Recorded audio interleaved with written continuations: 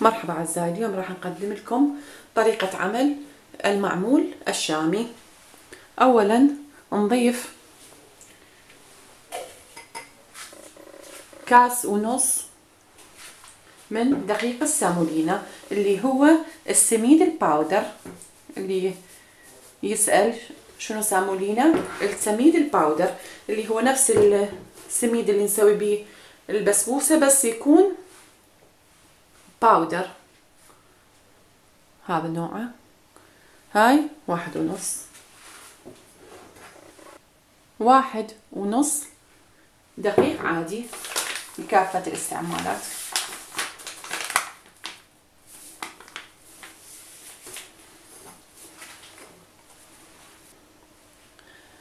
كاس سمن حامي، لأنه احنا عندنا السميد السامولينا خشن، فلازم نخلي له سمنة مقدوحة يعني مغلية حتى تلين لنا.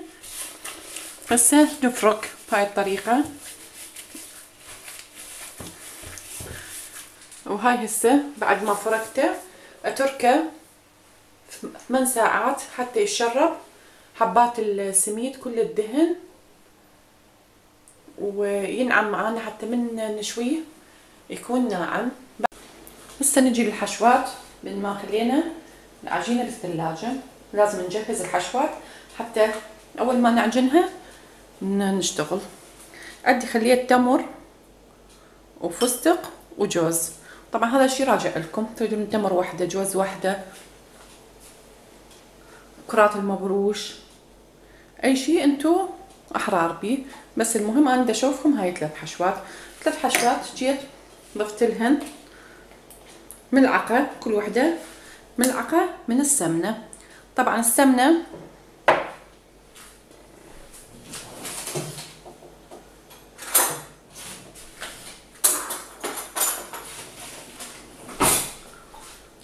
تكون، اني بالنسبة لي سويتها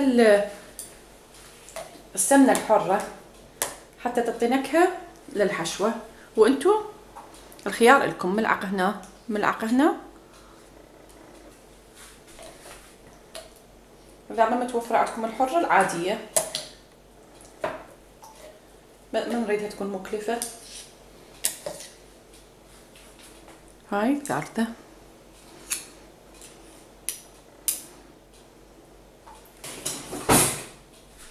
بالنسبة للجوز والفستق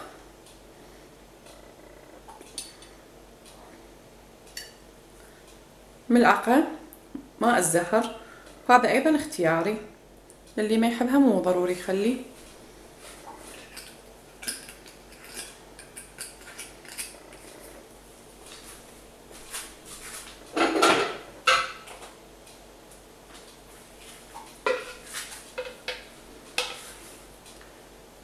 ملعقتين هنا قطر ثقيل حتى تلم ويانا وتصير كرات تتماسك بالشوي.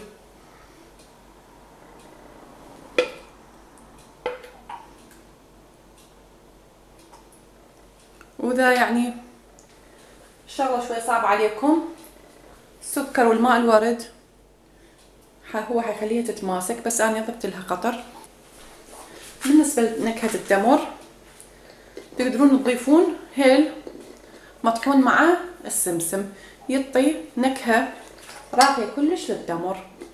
يعني تطحنون هيل مع سمسم محمص وترشون عليه وتعجنوه. وهاي هسه بعد ليلة كاملة خليته تقريبا 12 ساعة. هسه اجهز السوائل.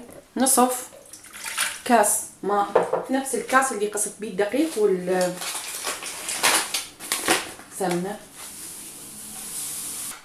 نص كاس سكر،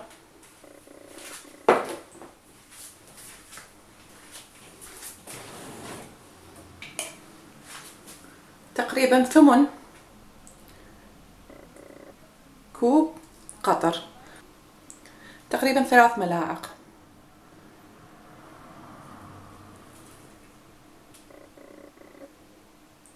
هواي سألوني قالوا لي ليش تحطين قطر بأغلب الحلويات والمعجنات؟ القطر فائدته لون ذهبي ولمعة بعد الشوي، ويخلي العجينة متماسكة.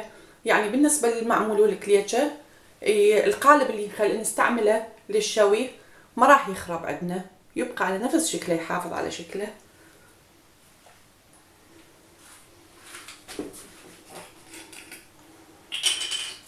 أضيف أيضا ربع كوب خليط من ماء الورد والماء الزهر، ويكون الأكثر هو ماء الزهر، ماء الورد أقل يكون. ليش؟ لأنه ماء الورد بيه شوية مرورة، فقللوا من عنده، وهي حسب الذوق. إذا تريدون ما تضيفون راجع لكم.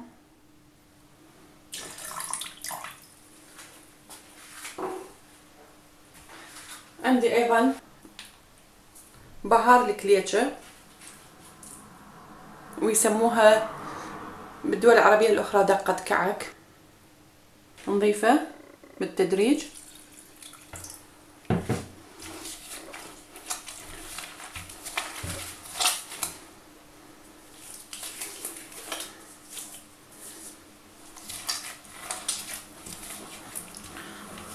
وخليه نعجنه كله إلى أن يتشرب السوائل كلها. خميرة ماكو، يعني هذا النوع من الكليتشة سواء كانت العراقية اللي سويتها أو الشامية ما خلي له ما خلي له خميرة، لأنه ما يحتاج هو خميرة، هو بيدهن يعني يصير قوامه مثل قوام الشكرلمة والبيتي فور، بس يعني أكثر هشاشة، ما يحتاج نخلي له أي خميرة حتى يرتفع. نضيف السوائل بالتدريج ونعجن. هاي هسه بعد ما ضفت السوائل وعجنتها، عندي ملاحظة لكم: من تعجنون تضيفون رشة بسيطة من الطحين حتى تتماسك عندكم المواد، يعني تقريبا ما يعادل ربع كوب. ترشوه أثناء العجن وتشوفون إذا تماسكت وصارت هيجي خلاص تكتفون. هسه راح أحشي بحشوة التمر، حشوة التمر مثل اللي سويتها بالكليتشة العراقية. هسه جهزت ورق الزبدة، وهسه أسوي كم وحدة قدامكم.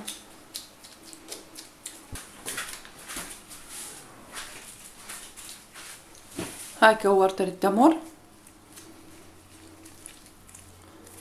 وسده،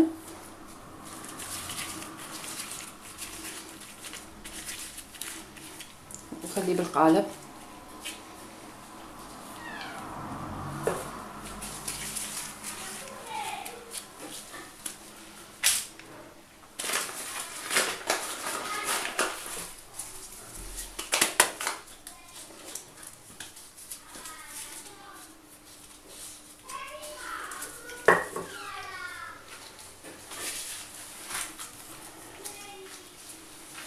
هاي هسه اغطي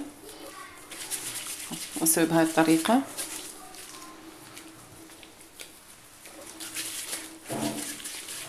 بعدين احطه بقالب هيجي.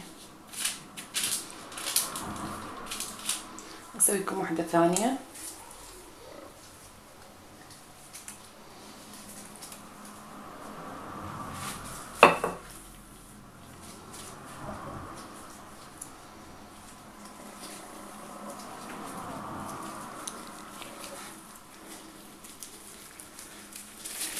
اسدها.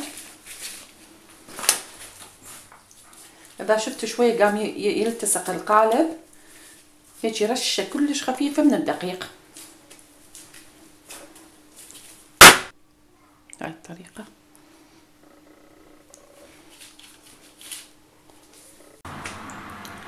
وهاي هسه كملت كليشة التمر.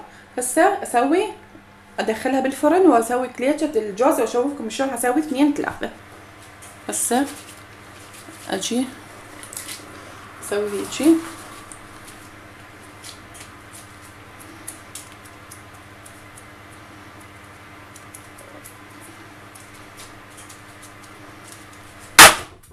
هاي صار شكلها.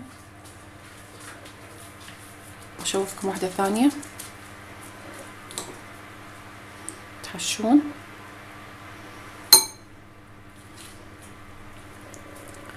تغلقوها زين.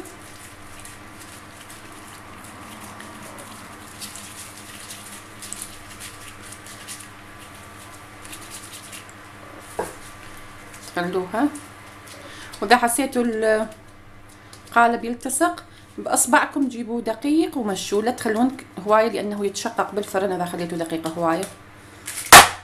شوفوا هاي هسه اجهزها واشوفكم شلون.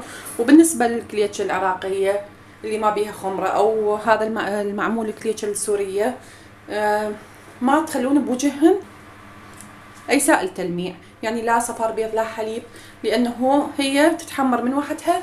المكونات مالتها القطر والاشياء اللي بيها هي تخليها تتحمر بدون ما تخلون هاي الشغلات. ليش؟ لانه هي بقوالب، من راح تخلون صفار البيض راح يصير يوصل الجهه وما يوصل الجهه ثانيه، فحتصير لون ولون. هاي هسه دخلت معمول الجوز، سويته بهاي الشكل ودخلته على حراره 170 الحراره دخلته عليها، ومن الاسفل ومن الاعلى. شويه من اشوفه بدا يتحمر من الاسفل اطفي وافتح بس من الاعلى حتى يتحمر. هاي الطريقه اخليها واجي اسحب القالب واكبسها عليه، يصير عندي بهذا الشكل.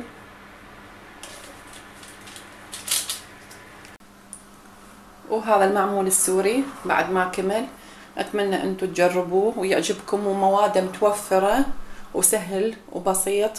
يعني انا حبيت اغير، البارحه سويت الكليتشه العراقيه وطريقه كانت كلش ناجحه ومضمونه 100%. زينون مائده العيد باشياء متنوعه، وان شاء الله حنزل لكم بعد البيتي فور والشكرلمه الحلقوم حتى تكون مائدتكم بالعيد متجدده ومتنوعه. ولا تنسون الاشتراك بقناتي حتى اقدر اوصل لكم كل ما هو جديد ومميز من كل الدول، سواء كان شرقي وغربي. شكرا لكم.